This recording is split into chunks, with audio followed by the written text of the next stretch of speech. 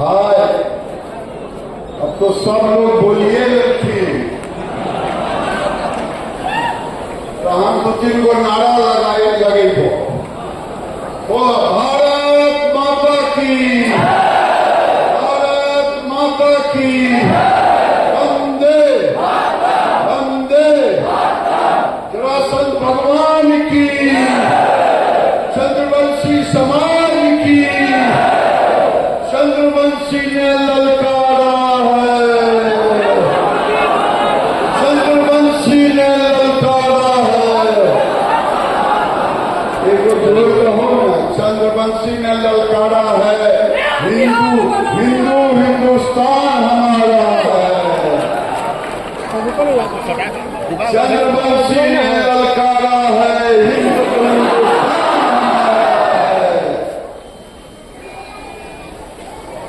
बोलिए जय श्री राम।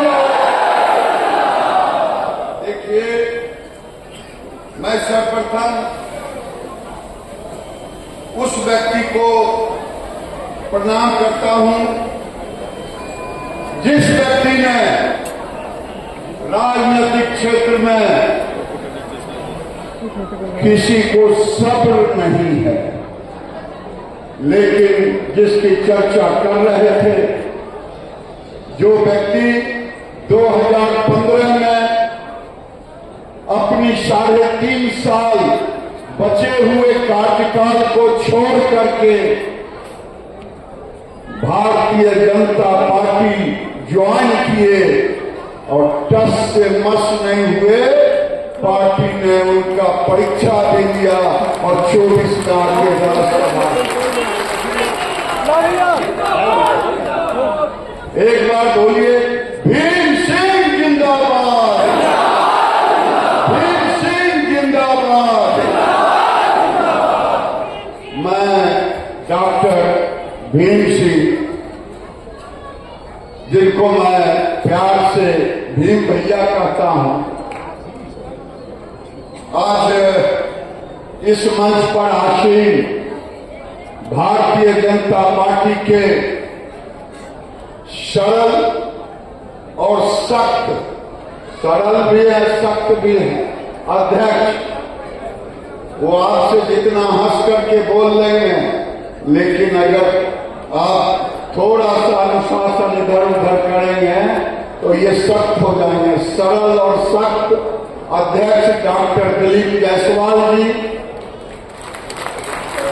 जब बजाइए ताली मानो खुश हो जाएगा।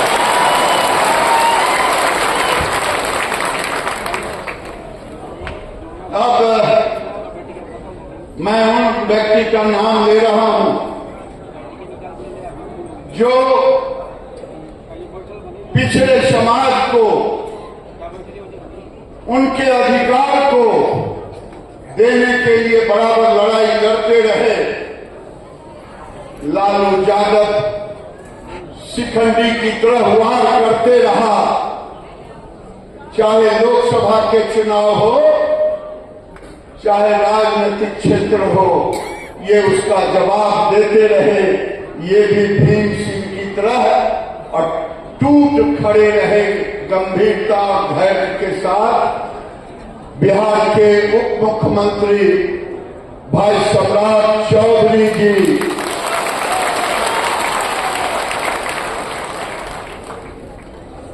जिन्हें उप मुख्यमंत्री, जिनको लोग कहता है बड़े जुझारू हैं,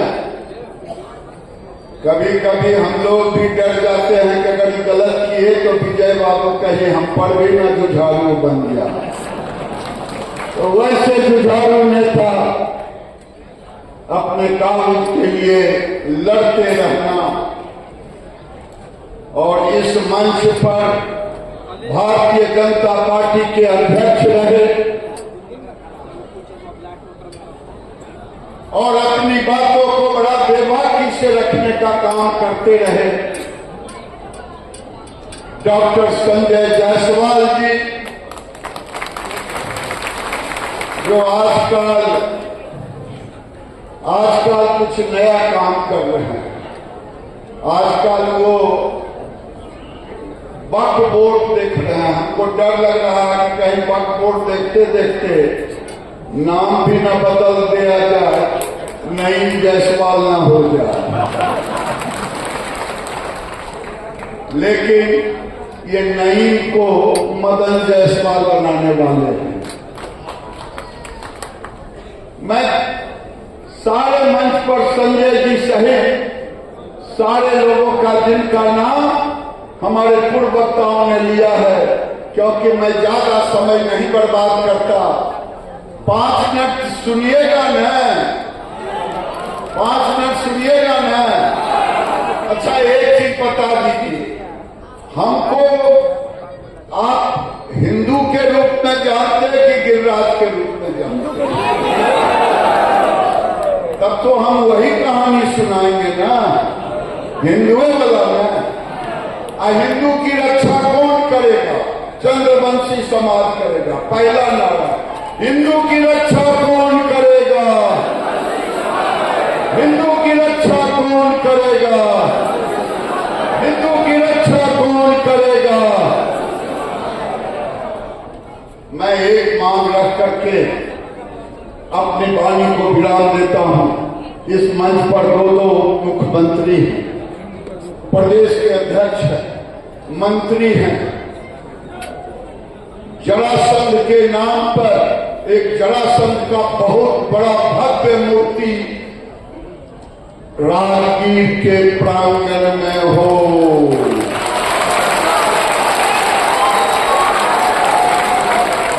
आप लोग समर्थन देते हैं?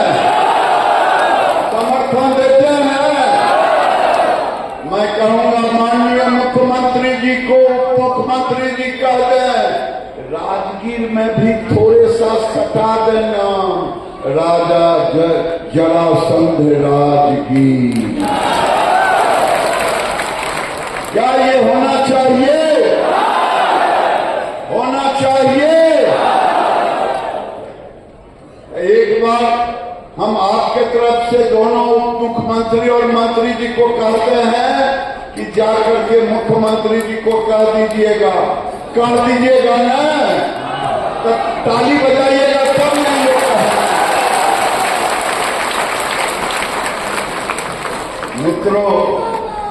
मित्रों, जो लोग हैं मैं उनको धन्यवाद देता हूं कि 3 घंटा से ऊपर आप यहां, लेकिन मैं प्रार्थना करता हूं और आपसे भी हमने एक नारा लगवाया है। आज देश में एक वर्ग की जनसंख्या बढ़ रहा है, आपकी जनसंख्या गिर रहा है। आपने देखा बगल का राज्य जो कभी बिहार में था, आदिवासी 48% था, 44% 52 में घट करके हो गया 28%। वो क्यों हो गया?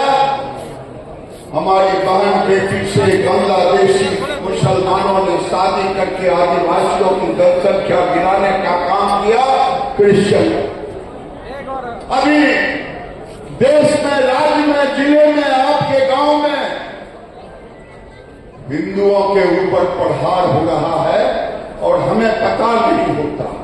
वो प्रहार क्या हो रहा है? एक प्रहार हो रहा है, एक निरंकारी बाबा के नाम से बंदगी कराते हैं। आपके गांव में है कि नहीं मैं नहीं जानता। निरंकारी का है आपके गांव में? जरा है तो हाथ उठाइए, है तो हाथ उठाइए, नहीं तो ऐसे कीजिए। अभी उत्तर प्रदेश तक आया है हवा। मैं उत्तर प्रदेश गया था, वो हिंदू से अलग कर रहे हैं। आपके गांव में जो अनुसूचित समाज है, गरीब है, उनको क्रिश्चियन बनाया जा रहा है।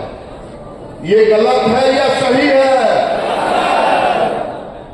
इसकी रक्षा कौन करेगा? इसकी रक्षा कौन करेगा? और जो भीम मीम करके उसमें मुस्लिम ज्यादा होता, अनुसूचित समाज के कम होते, गांव में जाकर के कहता कि हम हिंदू नहीं हैं, हिंदू से अलग हो। इसीलिए मैंने कहा कि हिंदुओं की रक्षा कौन करेगा। मैं फिर कहता हूं, आप हिंदू के रक्षक इसलिए हैं कि आप सदा से हिंदुओं के रक्षक होने का केवल ढोंग नहीं रखते, बल्कि आप हिंदुओं की रक्षा करते। आज देखें, गांव में तजिया निकलता था और निकलता है, कभी किसी ने पत्थर मारा हिंदू ने? नहीं न मारा। लेकिन बिहार शरीफ देखेंगे, ससाराम देखेंगे, जब हनुमान जयंती होगा, रामनवमी होगा, पत्थर कौन चलाता? कौन चलाता? कौन चलाता? आज पत्थर चल रहा। कल बांग्लादेश की तरह कांग्रेस भी कह रही है कि भारत में बांग्लादेश की तरह होगा। आज कांग्रेस के नेता भी कह रहे हैं, जिसको समर्थन दे रहे हैं लालू यादव, इनको तो वोट चाहिए। ये तो माई समीकरण बनाए हैं। माई समीकरण मतलब क्या हुआ? माई समीकरण का मतलब क्या हुआ? मुसलमान